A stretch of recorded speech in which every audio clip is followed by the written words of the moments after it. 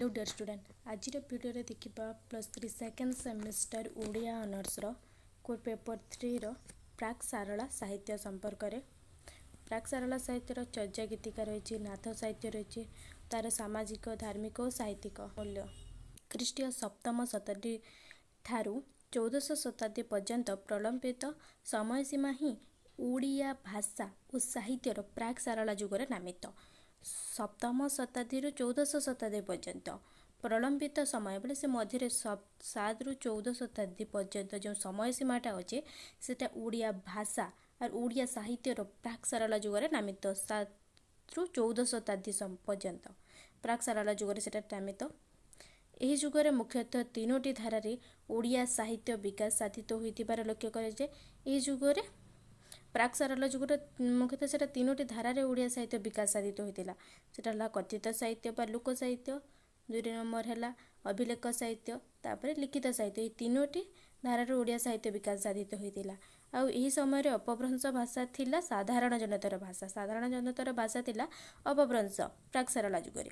आउ सही भाषा रचित होइछि चर्चा गीतिका। चर्चा गीतिका अपभ्रंश भाषा रचित होइछि, जोटा कि बौद्ध सहजिया धर्मर साहित्य ग्रंथ। बौद्ध सहजिया धर्मर साहित्य ग्रंथ होची चर्चा गीतिका, जहाँकि पूर्व भारतीय अंचल एक विस्मय सृष्टि करिछि। पूर्व भारतीय अंचल चर्चा गीतिका अपर पक्षरे बौद्ध सहजिया तत्वर एक मौन प्रतिवाद रूपे रचित होइछि परवर्ती साहित्य। बौद्ध सहजिया तत्व जेन रही तार मौन प्रतिवाद, ताकू मौन प्रतिवाद पर से प्रतिवाद करिछि रूपे रचित होइछि नाथ साहित्य, जार मौलिक लक्ष्य होइछि संभोग नुहे वैराग्य। संभोग नुहे वैराग्य, से भोग को से स्वीकार न कर त्याग को ही स्वीकार करबा होछि नाथ साहित्यर मौलिक लक्ष्य।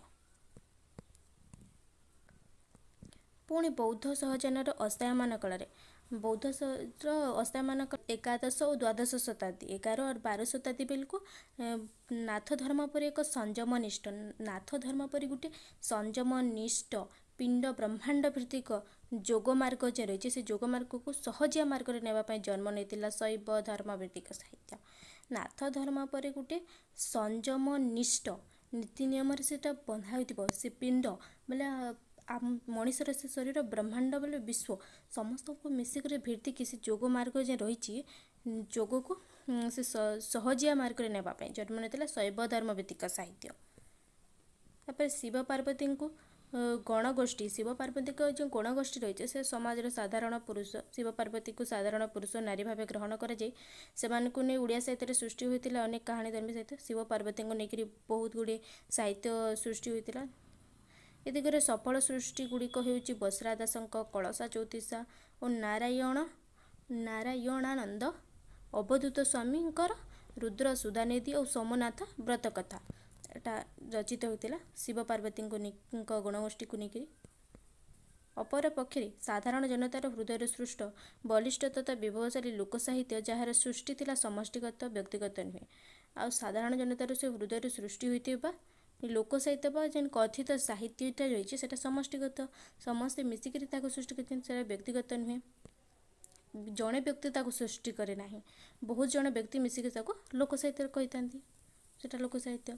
यथार्थ लोक साहित्य होउछि ओडिया साहित्य इतिहास अमूल्य निधि। ओडिया साहित्य इतिहास अमूल्य निधि होउछि लोक साहित्य।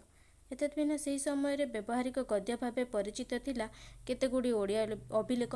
व्यवहार करा जाउतिबा से गद्य भाव परिचित थिला ओडिया अभिलेख, जो साहित्य प्राणर छिटा नथिला से ओडिया अभिलेख साहित्य तो प्राणर से छिटा नथिला बोले से ओडिया भाषा समाज और संस्कृतिर झलक देखा मिले।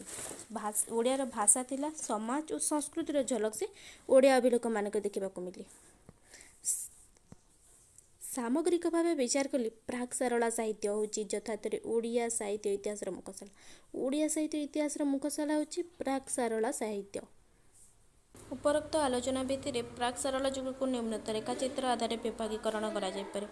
उपरोक्त आलोचना प्राक सारला जुग को निम्नलिखित भाव में विभाजित करा जायछि। प्राक सारला साहित्यर वैशिष्ट्य कौन? यार वैशिष्ट्य होची एही जुगरे बौद्ध सहजिया नाथ धर्म और शैव धर्म को भित्ति करी धर्म भित्तिक साहित्यर सृष्टि होइछि, जार मूल लक्ष्य रहितला आध्यात्मिकतार प्रचार और प्रसार। प्राक सारला जुगरे बौद्ध सहजिया नाथ धर्म और शैव धर्म भित्तिक साहित्य सृष्टि होइछि। जार सेमानकर मूल लक्ष्य रही आध्यात्मिकतार प्रचार और प्रसार। आध्यात्मिकता माने भगवान मान सहित इत्यादि सब जेन आध्यात्मिक निज मन को शांत रखा इत्यादि जो रही सेटा आध्यात्मिकतार प्रचार और प्रसार। आई जुगरे ओडिया भाषार अपभ्रंश भाषा स्तरीय शैशव अवस्थार चित्र देखा मिले और प्राक सारला जुगरे ओडिया भाषार जो अपभ्रंश स्तरीय जेन रही अपभ्रंश शैशव अपभ्रंश भाषार प्रथम से चित्र देखा मिले से अस्पष्ट भाव में थी। यही जुगरे अलिखित तथा कथित रूप से लोक साहित्य विपुल तथा समृद्धि रूपे देखा मिली था। अलिखित बा कथित रूप से जो लोक साहित्य रही तार विपुल तार समृद्धि तार विकास देखा मिली था। लोक साहित्य विकास प्राक सारला जुगरे देखा मिली था।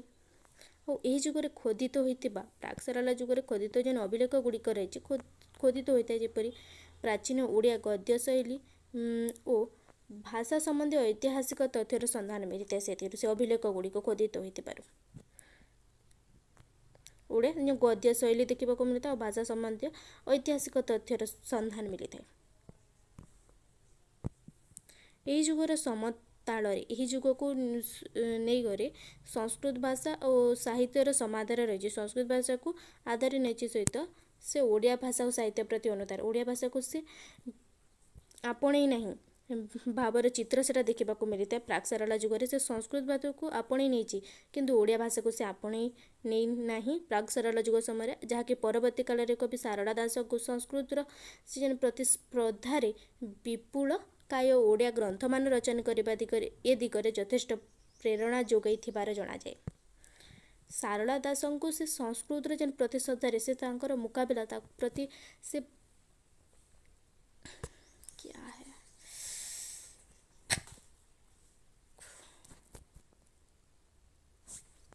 प्रतिद्वंदिता करे से विपुल काय बहुत गुड़े ओडिया ग्रंथ मान रचना करथिले ए दिगरे से यथेष्ट प्रेरणा जोगाई जना जाए।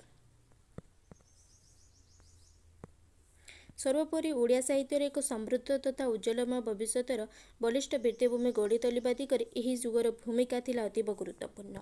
सर्वोपरि देखा गले ओडिया साहित्य गोटे समृद्ध तथा उज्ज्वलमय भविष्यतर से बलिष्ठ भित्तिभूमि गढ़िबारे प्राक सारला जुगर भूमिकाटा गुरुत्वपूर्ण थिला अतीव गुरुत्वपूर्ण।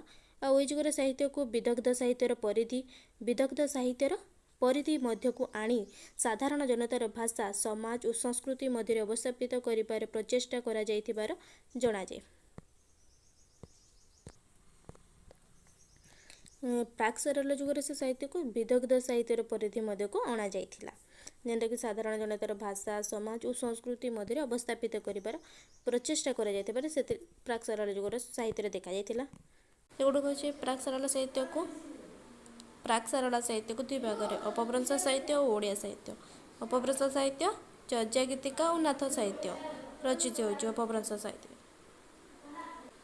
ओडिया साहित्य दुई भाग में कथित साहित्य और लिखित साहित्य। लिखित साहित्य पुणी गद्य और पद्य दुई भाग में विभक्त। गद्य तीन भाग में विभक्त। व्यवहारिक साहित्य अर्ध व्यवहारिक बा अर्ध साहित्य और साहित्यिक। साहित्यिक पुणी काल्पनिक तत्वनिष्ठ और व्याख्यात्मक। साहित्यिकटा काल्पनिक तत्वनिष्ठ और व्याख्यात्मक तीन भाग में विभक्त। और पद्यटा गद्यटा तो तापर चर्या बाणी संहिता कोइली चौतीसा गीता पद्य 6 भाग में विभक्त। नेक्स्ट वीडियो अपभ्रंश साहित्यर दीप्तिमान शिखा चर्या गीतिका संपर्क में देखा। वीडियोटी भल लगी लाइक शेयर एंड चैनल को सब्सक्राइब करंतु।